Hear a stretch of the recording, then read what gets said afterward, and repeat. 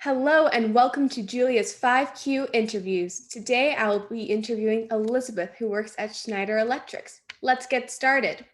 First, who or what inspired you to pursue studies and a career in STEM? Hi, Julia. So when I was in high school, I actually really didn't like math and science. Like it was just a class that I took. And junior year, I got to take physics, and everything just clicked there because physics allowed me to explain everything that was around me, from cheerleading and gymnastics, which is something that I did in school.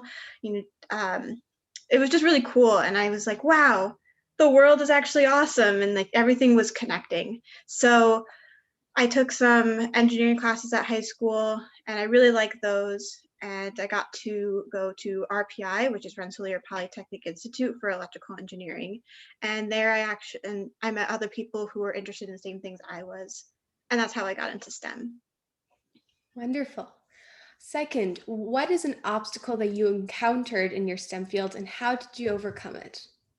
So because I was electrical engineering major in school and my school was mainly for STEM degrees, there weren't that many females in my classes. And some of my classes I actually was the only girl in the room. And that was really tough because I had a hard time making friends and finding people to study with.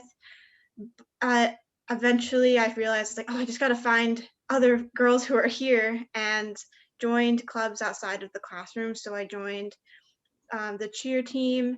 I became part of a sorority, Pi Beta Phi, and I also joined SWE, which is the Society of Women Engineers. I've got my blanket here.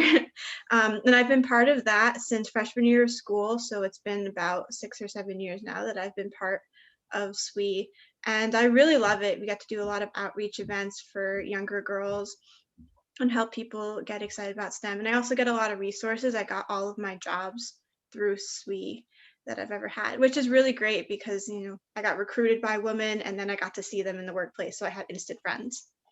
Yeah. What is a strength that you have found being a woman in STEM? That's a really good question. So I'm a really persistent person and I don't really think that has anything to do with being a woman, but it has really helped me since like it's a skill that I think I really need. If I was a man, I probably wouldn't have needed to be as persistent to get what I wanted. So, asking questions over and over again and, telling people what you want instead of waiting for an opportunity to come to you has been really important and something that I've learned to do. Um, and really deciding what I want has been, it's been really important. Uh, and I'm not really sure exactly where I want to go in the next 5 years, but I know that because I'm persistent and I'm looking for opportunities, I'll end up bettering myself in the long run. Yeah. What advice would you give to young women interested in pursuing STEM? I know it's a little cliche, but dream big. So there's STEM everywhere. You can be an architect and design buildings. You can be a scientist and make makeup. And there's so many different things that are multidisciplinary and interdisciplinary. So you can combine the things that you like on the side with the things that you love about STEM, and you can really get into anything. So really be open-minded, and if you like something, just go for it, and you can combine it. Wonderful. Finally, what do you see for the future of women in STEM?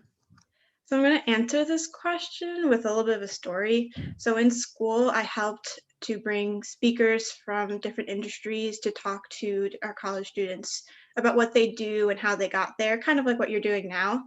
And this one woman who we brought in was in the nuclear power plant fields. And I was really excited for her to be there because she was one of the first women ever to do what she did. She was really high up in the nuclear engineering field. And I asked her, do you ever see women being 50% of the industry population? And she told me no. And I was really upset about that. Um, so I got really into outreach after that. So I, go to different high schools and middle schools and talk about different science and engineering topics. And it really inspired me and makes me hopeful that we will get to that 50%. Because if you don't put the work in, we're never going to get there. So, um, everyone's going to take a different path, and sometimes you just need someone to show you that it's really cool to get into STEM. So I'm really excited for the future because I think we will get to that 50-50%, maybe even more. um, and yeah, I would really love that to be the case. Right now there's not as many of us in the industries, but we're gonna get there. I'm confident. Wow. Thank you so much for your time today. It was a pleasure interviewing you. Thanks, Julie. I'm really glad to be here. Okay, the